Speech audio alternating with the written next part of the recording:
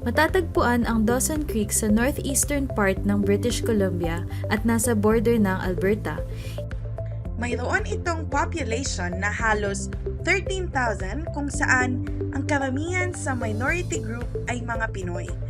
Hango ang pangalan nito kay George Mercer Dawson na isa sa mga nanguna sa surveying team noong August of 1879.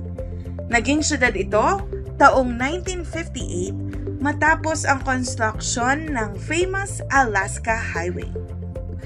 Matatagpuan sa sentro ng syudad ang marking na Mile Zero kung saan nagsimula ang konstruksyon ng world's famous Alaska Highway.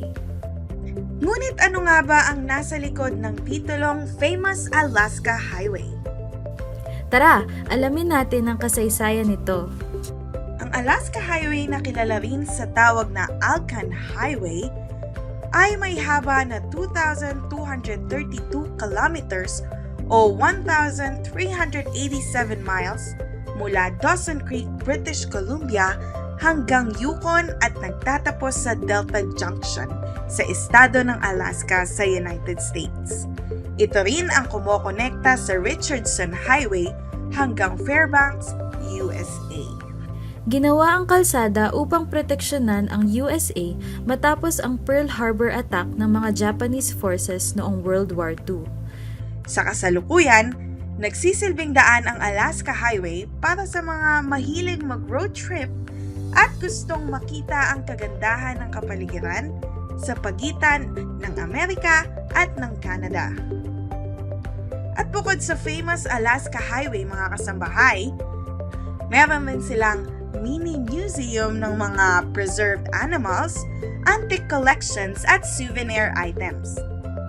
Bukod sa museum at art gallery, ay matatagpuan din natin ang Walter Wright Pioneer Village kung saan makikita ang replika ng mga naunang establishment sa Dawson Creek at mga lumang bahay.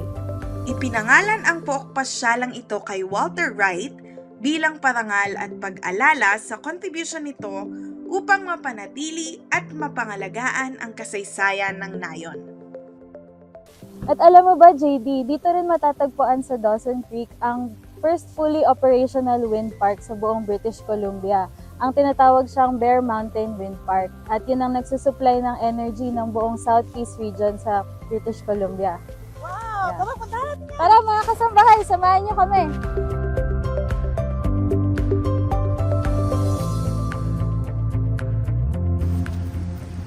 At ngayon, kuya at mga kasambahay, nandito tayo sa Bear Mountain Wind Park.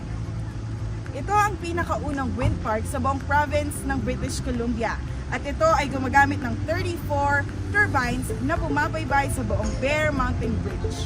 At sa dami nito, sapat ang energy na pinoproduce ng wind turbines upang makapag-supply ng energy sa buong Southeast region ng British Columbia. Ang Bear Mountain Wind Park ay umaabot sa 25 hectares. At dahil kakaunting space lang ang kailangan ng mga wind turbines, ang ibang bahagi ng Bear Mountain Wind Park ay nagagamit sa iba't ibang activities kagaya ng cattle gazing, hiking at skiing. Ang Bear Mountain Wind Turbine ay bahagi ng British Columbia Government Initiative for Green Energy sa probinsya upang mabawasan ang carbon emission nito at bilang tugon sa climate change.